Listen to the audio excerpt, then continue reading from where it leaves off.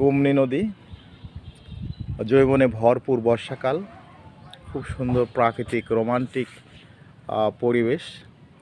বাড়ির পাশেই, নদীর পাশেই যাদের বাড়ি রয়েছে, আমার যারা রয়েছে তারা কিন্তু দেখেন সুন্দর কর্মযজ্ঞে সারাদিন।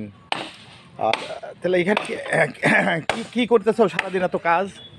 এই ভাই এই যে কাজ করছি, জাংলার কাজ দিচ্ছে। জানলা, এই জাংলায় দেখতে পাচ্ছেন সুন্দর জাংলা সুন্দর অনেক ধুন্দুল, পোল্লা, তারপরে কুমড়ো, এগুলো কিন্তু ধরেছে দেখতে পাচ্ছেন।